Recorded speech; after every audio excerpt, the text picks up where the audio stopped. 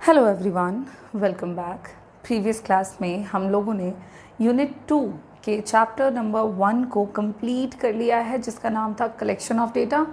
आज के क्लास में हम लोग सेकंड चैप्टर शुरू करेंगे यूनिट 2 के अंदर ही, जिसका नाम होगा मेथड्स ऑफ स्टैटिस्टिकल इंक्वायरी। इस यूनिट में, इस चैप्टर में हम लोग क्या क्या पढ़ेंगे, तो सबसे पहले मैं आपको वो बतला देती हूँ और उसके बाद हम लोग चैप्टर के अंदर के कंटेंट को डिस्कस करना शुरू कर देंगे। चैप्टर 2 जहाँ पे डेटा कलेक्शन से रिलेटेड ही टॉपिक है और हमारा अगला टॉपिक होगा मेथड्स ऑफ स्टैटिस्टिकल इंक्वायरी। हम लोगों ने ऑलरेडी पढ़ा है स्टैटिस्टिकल इंक्वायरी का मीनिंग, तो वही स्टैटिस्टिकल इंक्वायरी के कितने तरीके होते हैं और तरीकों को भी हमने डिटेल में डिस्कस करना है। Census method and sample method.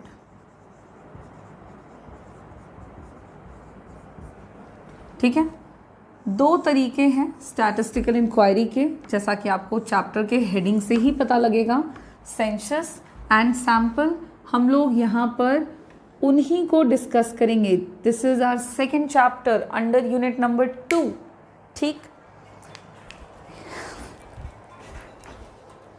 यहाँ पे इस चैप्टर में हम लोग सबसे पहले तो स्टैटिस्टिकल इंक्वायरी के मीनिंग को डिस्कस कर लेते हैं और फिर मैं आपको दोनों मेथड्स को डिटेल में वन बाय वन करके समझाऊंगी। तो साथ साथ में हम लोग इसके लर्निंग ऑब्जेक्टिव्स डिस्कस कर लेते हैं। सबसे पहले इसका पहला टॉपिक होगा मीनिंग ऑफ स्टैटिस्टिकल इंक्वायरी, जो कि हम लोग 1 मिनट में बात करके ख़त्म कर लेंगे। फिर एक टर्म मैं आपको डिस्कस करूंगी which is population. After that हमें सेंसस और सैम्पल मेथड को डिटेल में जानना है। मेथड्स हैं तो याद करें आप, हम क्या करते हैं मेथड्स के साथ, तो मीनिंग पढ़ते हैं, उनकी सूटेबिलिटीज़ पढ़ते हैं, उनके मेरिट्स और डिमेरिट डिस्कस करते हैं और फिर हम इस चैप्टर के सेकंड पोर्शन पर पहुंचेंगे, जहां पे हम पढ़ेंगे methods of sampling. Sample method depends upon sample. So sample चुना कैसे जाता है, उसको चुनने के कितने तरीके हो सकते हैं प्रॉपरली, हम उन्हीं सारे तरीकों को इस चैप्टर के सेकंड पार्ट में डिस्कस करेंगे और फिर आपका ये चैप्टर कंप्लीट हो जाएगा। देखिए बहुत बड़ा नहीं है, फटाफट से टॉपिक वाइज डिस्कस करते करते इस चैप्टर को हम फिनिश करेंगे। सबसे पहले शुरुआत करते हैं स्टैटिस्टिकल इंक्वायरी से। हालांकि स्टैटिस्टिकल इंक्वायरी मैं आपको बता चुकी हूँ, बट एक बार हम इसको यहाँ पर भी रिवाइज कर लेते हैं कि ये है क्या। तो स्टैटिस्टिकल इंक्वायरी का मतलब आपको बताया था कि it is a search, it is a search जिसको कंडक्ट किया जाता है।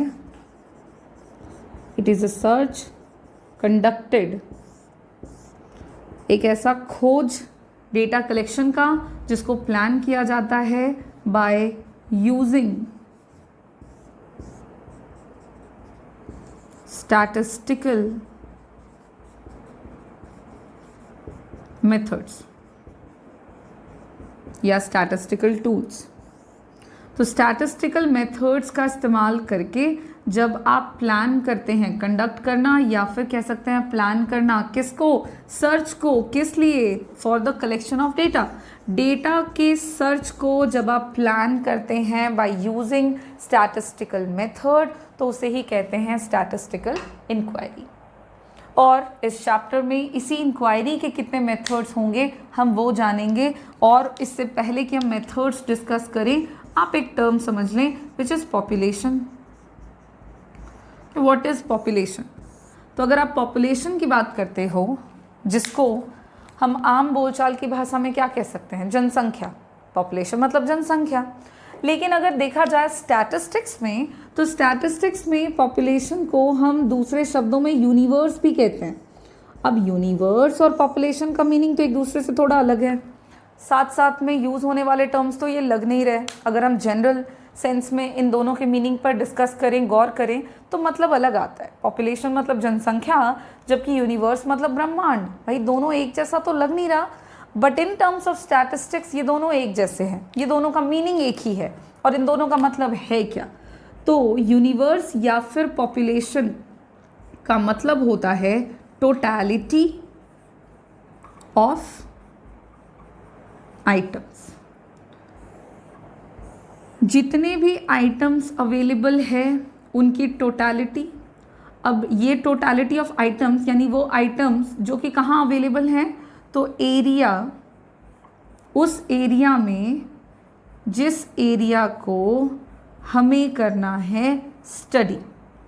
देखिए स्टैटिस्टिक्स में जो भी इन्वेस्टिगेशन हम करते हैं, जिस भी एरिया में करते हैं, जिस भी क्षेत्र में करते हैं, उस क्षेत्र में जितने आइटम्स आते हैं उन सब की टोटलिटी को हम एक सेंस में या तो यूनिवर्स बुलाते हैं या तो हम उसको कहते हैं पॉपुलेशन।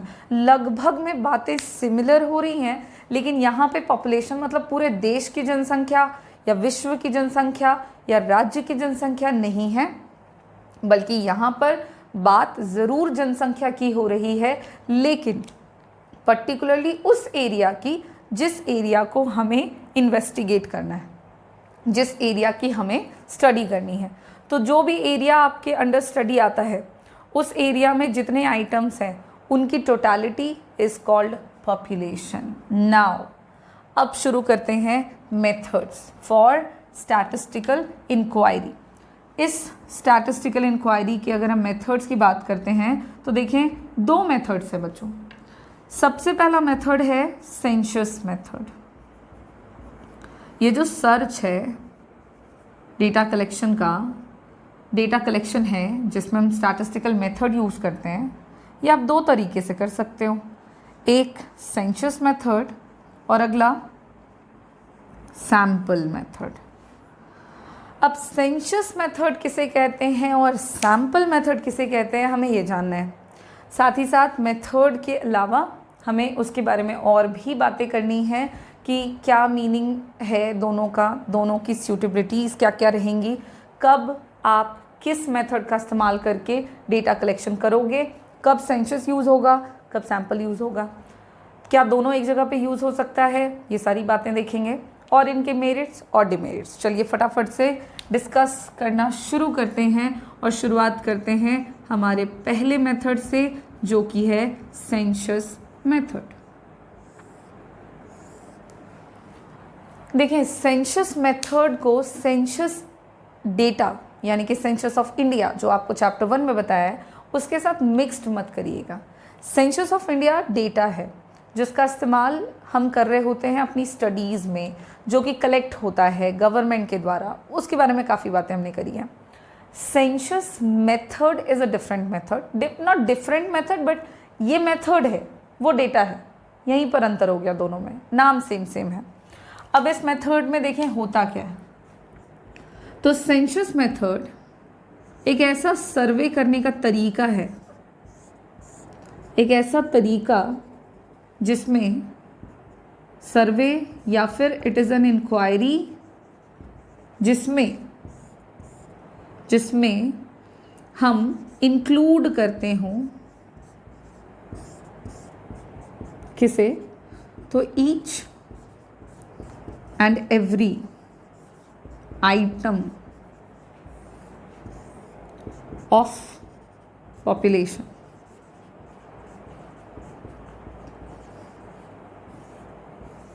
सी, पॉपुलेशन में जितने आइटम्स हैं, जिस भी एरिया की आप स्टडी कर रहे हैं, पॉपुलेशन या अभी बताया आपको यूनिवर्स, तो जो भी एरिया है जिसको आपको इन्वेस्टिगेट करना है उस एरिया में जितने आइटम्स आते हैं, जब आप each and every item of the population को इंक्लूड करते हैं इंक्वायरी में, इन्वेस्टिगेशन में, तो उसी मेथड को हम सेंसस मेथड कहते हैं। A method which includes each and every item of the population is called census method. मतलब मान ली कि क्लास 11th है और हम क्लास 11th के सारे बच्चों से कोई इन्फॉर्मेशन कलेक्ट करना चाहते हैं। इस केस में क्लास 11 में मान लीजिए 100 बच्चे हैं और जब हम 1 बाय 1 करके हर एक बच्चे से इन्फॉर्मेशन लेंगे, 1 बाय 1 करके जब हमने हर एक बच्चे को इंक्लूड करना है अपने इन्वेस्टिगेशन के प्रोसेस में, तो वो जो तरीका हम चूज़ कर रहे हैं इंक्वायरी करने का, उस तरीके को हम सेंसस मेथड कहेंगे। ठीक है। जब आप मान लीजिए कोई एरिया है, आप वहाँ पे इंक्लूड डेटा कलेक्ट कर रहे हैं, उस एरिया में जितने घर हैं, जब आप हर एक घर जाकर या हर एक व्यक्ति से जानकारी प्राप्त करेंगे, मतलब आपने जिस तरीके का इस्तेमाल किया हुआ है फॉर द डेटा कलेक्शन, वो तरीका कहलाएगा सेंसस मेथड। सेंसस मेथड को हम लोग मेथड ऑफ कंप्लीट एन्यूमरेशन के नाम से भी जानते हैं। This method is also known as method of complete enumeration और 100% एन्यूमरेशन। ठीक है, सेंसस मेथड को ही हम लोग मेथड ऑफ कंप्लीट एन्यूमरेशन या फिर 100% एन्यूमरेशन मेथड के नाम से जानते हैं। ऑब्जेक्टिव टाइप क्वेश्चन में कभी कभी आपसे पूछा जा सकता है, तो आपको इसके बारे में पता होना चाहिए। नाउ इस मेथड की क्या क्या सूटेबिलिटीज़ हैं, अब इस पर आते हैं हम लोग कि कब हम सेंसस मेथड का इस्तेमाल कर सकते हैं फॉर द डेटा कलेक्शन। तो सूटेबिलिटी की बात करें अगर, तो सबसे पहला पॉइंट है, इस मेथड को आप स्मॉल साइज ऑफ पॉपुलेशन में यूज़ कर सकते हैं। When the population size is small then you can easily use census method to collect data और टू इन्वेस्टिगेट दैट एरिया। तो अगर पॉपुलेशन का साइज छोटा है, स्मॉल है, तो हम सेंसस मेथड यूज़ कर लेंगे। सेकेंड है, अगर हमें डाइवर्स आइटम्स की एक्सटेंसिव स्टडी करनी हो, एक्सटेंसिव का मतलब हो गया बहुत ही गहन अध्ययन। आपके आइटम्स ऑफ द पॉपुलेशन एक दूसरे से बहुत अलग हैं, कैरेक्टरिस्टिक्स वाइज वो एक दूसरे से काफ़ी डिफरेंट है, और डिफरेंट कैरेक्टरिस्टिक्स वाले आइटम्स को आप बहुत डिटेल में स्टडी करना चाहते हैं, उसकी बहुत जानकारी आप प्राप्त करना चाह रहे हैं, बिल्कुल बहुत ही व्यापक तरीके से, या कह सकते हो बहुत ही गहराई वाली बातें आप जानना चाहते हैं, एक्सटेंसिव स्टडी करना चाहते हैं, तो आप सेंसस मेथड का इस्तेमाल करेंगे। अलग अलग इन्फॉर्मेशन अलग अलग आइटम से जब आप लोगे, तो इसके लिए आपको हर एक आइटम से जानकारी लेनी पड़ेगी, और सेंसस मेथड में हम यही तो करते हैं, हर एक आइटम को इंक्लूड कर रहे हैं स्टडी में। सो दिस मेथड इज़ यूजफुल और suitable when we have to do extensive study of diverse items। तो इस मेथड को यूज़ किया जा सकता है। Second, if we wanted to accurate data, high degree of accuracy चाहिए हमको आंकड़ों में, जो भी जानकारी हम प्राप्त कर रहे हैं वो बिल्कुल सही होना चाहिए, हाईली एक्यूरेट होना चाहिए। आप सेंसस मेथड का इस्तेमाल करके इस काम को कर सकते हैं। If you wanted to get original data, if you wanted to get original information which is reliable, जो कि भरोसेमंद भी होना चाहिए, आप इस मेथड का इस्तेमाल करेंगे फॉर द कलेक्शन। इन्वेस्टिगेशन के लिए फिर आप इस मेथड का इस्तेमाल करेंगे। ठीक है, अगर आपको ओरिजिनल या रिलायबल डेटा की ज़रूरत है तो। ये भी इस मेथड का एक इम्पॉर्टेंट पार्ट है सूटेबिलिटी का। And the next point is, अगर सिलेक्शन ऑफ सैंपल पॉसिबल ना हो,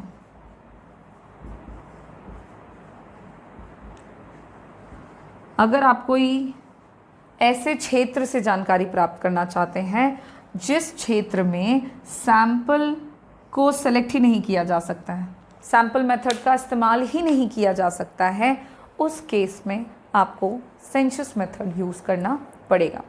सेंसस मेथड आपका यूज़फुल हो जाएगा तब जब आप सैंपल मेथड यूज़ नहीं कर सकते। अगर सीधे शब्दों में कहें तो यही मतलब है सूटेबिलिटी के इस पॉइंट का। और इस तरह से ये कुछ पॉइंट्स हैं जो कि आपको स्टैटिस्टिकल इंक्वायरी के पहले तरीके को यूज़ हम जहाँ पर कर सकते हैं, यानी कि सेंसस मेथड हम इस तरह के प्लेसेस में यूज़ आराम से, आसानी से कर पाएंगे। अब बात करते हैं इस मेथड के इस्तेमाल से हमारा फ़ायदा क्या होगा, what are the merits of census method. तो देखिए, मेरिट्स तो काफ़ी हैं। जैसा कि पहले से भी बताती आ रही हूँ आपको कि सूटेबिलिटी के भी काफ़ी पॉइंट्स मेरिट को बताते हैं, जो कि यहाँ पे पता लग रहा है आपको। अगर आप इस मेथड का इस्तेमाल करेंगे तो आपको आसानी से accurate, original and reliable data मिल जाएगा। इस मेथड से एक्यूरेट, ओरिजिनल और रिलायबल इंफॉर्मेशन मिलने के चांसेस बढ़ जाते हैं। So it is a good method which provides us accurate information, highly accurate information, original भी और रिलायबल भी। तो ये एक अच्छा मेथड है। ठीक उसी तरह से आप सेंसस मेथड की मदद से एक्सटेंसिव स्टडी कर सकते हैं, वो भी डाइवर्स आइटम के। एक्सटेंसिव स्टडी पॉसिबल है इस मेथड की मदद से, और वो भी डाइवर्स आइटम्स के।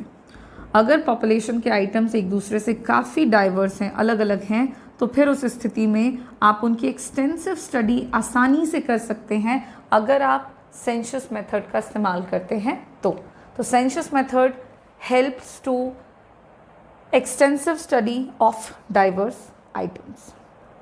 नेक्स्ट, मेरिट के पॉइंट में वो भी हम सेंसस मेथड के केस में कर सकते हैं कि इस मेथड से या में आपको लेस चांसेस ऑफ बायसनेस मिलेगा।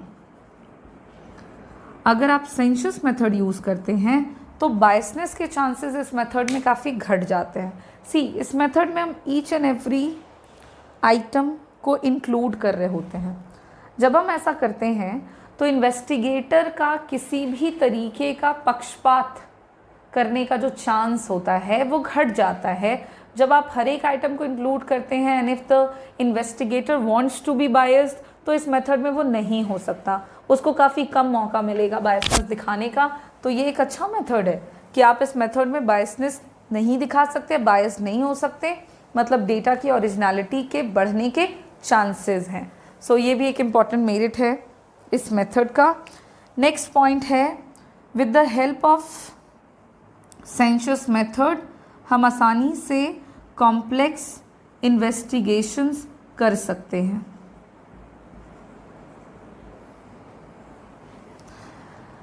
बहुत सारे ऐसे इन्वेस्टिगेशंस होते हैं जो कॉम्प्लेक्स होते हैं इन नेचर, जैसे कि अगर पॉपुलेशन के आइटम्स एक दूसरे से बहुत डाइवर्स है और कॉम्प्लेक्स है, तो वहाँ पे ये नेसेसरी हो जाता है कि आप हर एक आइटम को सेपरेटली उनकी स्टडी करें और उनसे इंफॉर्मेशन लें।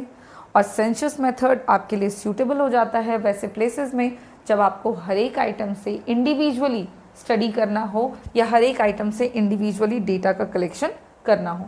सो it is a good method in the case of complex investigations. Next point है कि with the help of census method you can easily do indirect investigations as well. There are lot more investigations जिसको directly कर पाना मुश्किल है, संभव नहीं है। मुश्किल है, संभव है, अगर किया तो रिजल्ट सही नहीं आएगा।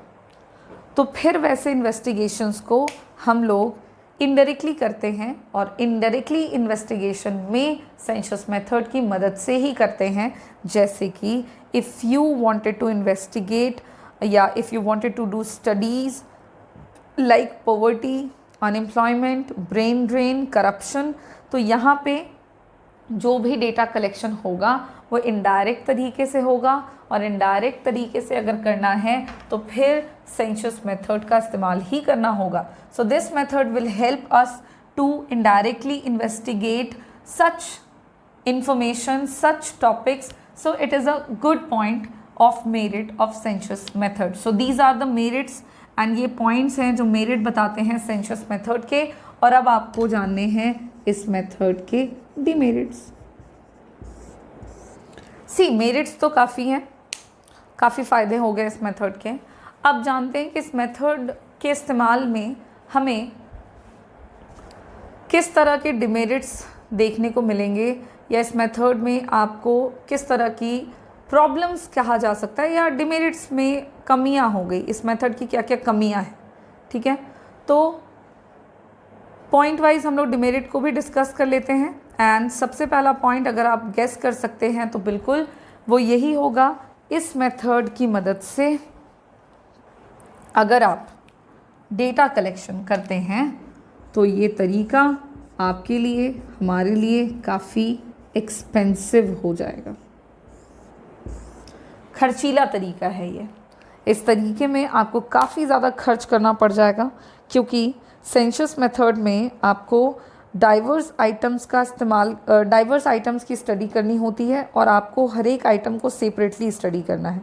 तो यहाँ पे आपका मनी, टाइम, एनर्जी, इस तरह के सारे जो टर्म्स हैं वो ज़्यादा खर्च होते हैं। ये तरीका एक्सपेंसिव है, इसलिए इस मेथड का इस्तेमाल जनरली गवर्नमेंट सेक्टर और सम पर्टिकुलर प्राइवेट ऑर्गेनाइजेशंस के द्वारा किया जाता है। बिग इंस्टीट्यूशंस जितने भी होते हैं वो इस मेथड का इस्तेमाल करते हैं for the data collection.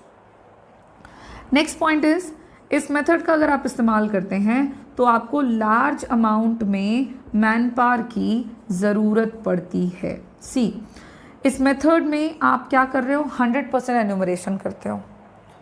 Complete enumeration है इसमें। आपको ईच एंड एवरी आइटम को सेपरेटली इन्वेस्टिगेट करना है और उससे इंफॉर्मेशन लेना है।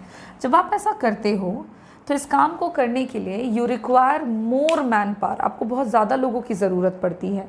और लार्ज अमाउंट में लोगों की ज़रूरत जब आपको पड़ती है तो फिर ये इस मेथड का एक डिमेरिट हो जाता है, बिकॉज वेल ट्रेन्ड लोगों की ज़रूरत पड़ जाती है और आसानी से उनकी अवेलेबिलिटी होती नहीं है, जिसकी वजह से इस मेथड का सक्सेस रेट थोड़ा घट जाता है और डेटा की एक्यूरेसी के कम होने के चांसेस बढ़ जाते हैं।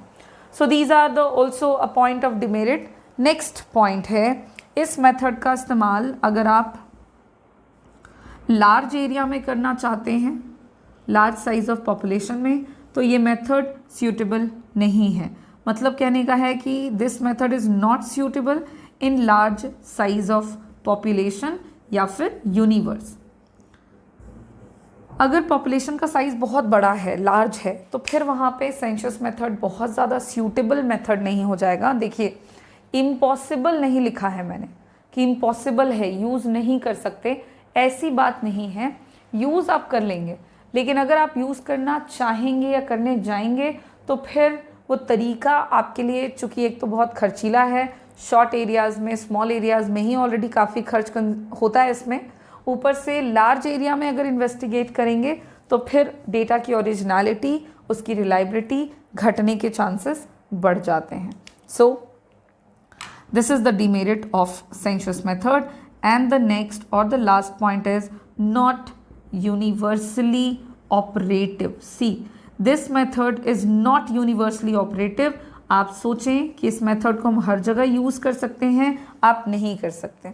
देखिए, वैसे प्लेसेस में तो आप इस मेथड को यूज़ नहीं कर सकते जहाँ पे पॉपुलेशन के आइटम्स बिल्कुल सिमिलर हैं इन देयर कैरेक्टरिस्टिक्स।